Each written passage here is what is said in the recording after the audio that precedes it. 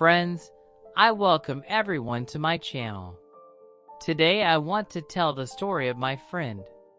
She shared with me a very unpleasant story about her sister, who deceived her by taking a huge amount of money. Be sure to watch it to the end, because it can happen to anyone. Grab your favorite treats, get comfortable and go ahead. My sister's husband has been repairing apartments and houses for 15 years. He did repairs in their apartment with Urka and our mother's, all by himself, with his own hands. It is made so that you will admire. This is what he earns. But last year he did something wrong there. As a result, during the repair, he heavily flooded the neighbors from below. And he did repairs in a very prestigious area, so the owners put up a very large penalty for him. Money was then collected from all the relatives. And still I had to take a loan. Urka was crying in my kitchen, telling me how difficult life is for them now. My husband doesn't really have a job. She's on maternity leave, and it's also necessary to pay a loan somehow in general darkness. There was nothing I could do to help at that time. We lived in a rented apartment ourselves. The mortgage was something unattainable. I'm on maternity leave too. We postponed something, but how much can you postpone in such conditions? But a couple of months ago, my mother-in-law received an inheritance from her uncle, a 3-bedroom apartment. Her condition was deplorable. My uncle was a bachelor, fished, hunted, and also liked to drink.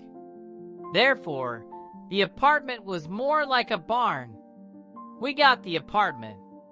My husband and I were delighted, of course, from a rented 1-room apartment to our 3-room one. But repairs there, of course, needed a lot. I shared my joy with my sister. She clung to me right away. Take my husband for repairs. He will do everything for you. It's not a bad option. They weren't going to do it themselves anyway. So I agreed beforehand, saying that I should consult with my husband. When I came home, my mother-in-law was sitting there. She works nearby, so she often visited us. We have a normal relationship with her. So I told my husband the situation with the repair and Erkin's proposal in front of her. I would not advise you to conduct such business with your relatives. Maybe everything will turn out badly, the mother-in-law said, but did not elaborate on the topic. My husband and I decided that we need to give our relatives some extra money. Moreover, Urka's husband is actually a jack of all trades. I called my sister, said we agreed. She was delighted, said that her husband would call me back later. We agreed to meet with him at the facility so that he would look around and immediately name the price. The amount turned out to be substantial, even higher than we had planned. But we had some savings, and we were going to take a loan anyway. We agreed that he would start in 3 weeks, when he would rent out the apartment that he was doing then. Urka called me 2 days later and asked us to pay in advance. At least we'll throw it on a loan so that the payment is less. Otherwise it's impossible to live at all. All the money only goes there. You know my husband. He will do it conscientiously. She coaxed me. My husband and I decided that it was stupid not to trust my sister. They and my husband never let us down. Relatives, they won't throw, we thought then. They agreed to pay the entire amount at once, took a receipt, as expected, and waited for the repair to begin. Time goes by, we continue to live on rent, pay for an apartment, and a loan has also been added. And the work still does not begin, although the agreed deadline has already passed. I'm calling my sister, asking why it took so long. Oh, the Sabbath turned up here, but it's fast there. He's already finishing. You know, every penny is important to us now. Okay, we wait further. The second month of waiting is coming to an end, and Urka still has excuses. Then there was a Sabbath, then he got sick, then the previous client is butting heads with him for some flaws. But he is about to be released and immediately come to us. I'm already freaking out. We already have to pay for communal services for the apartment where we do not live. Rent and credit have not gone anywhere either. And Urka has all the excuses. The last time I called her, she also began to raise her voice, which I called her. They said that everything would be fine soon. We just have to wait. How much longer do we have to wait? They have already spent our money. Now they earn money from new customers.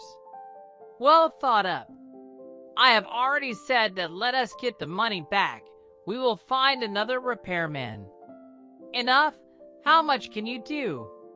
We plan to move before the new year, actually. Why would we give it to you? We don't have any money. Should I give birth to them? They told you they will do everything. Wait a bit. No, you have to fuck me up. And now you have to demand money back. We won't give anything away. Urka screamed into the phone. I warned her that either they give the money in a good way, or I will go to court.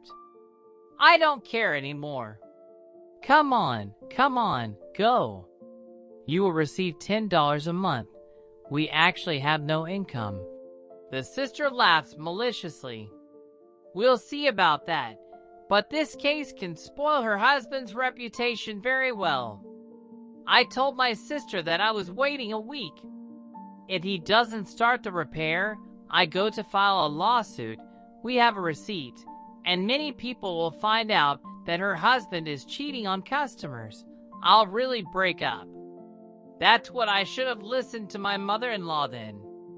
Now there is no money, no repairs, and the relationship with my sister is on the line. That's the story, of course. I myself am annoyed by such people who delay the case, and then they have already taken the money. There are no words. What do you think about this? Have you ever had this happen in your life? Write your opinion in the comments. I will be glad to read it. Well, we are not saying goodbye to you. We will see you very soon.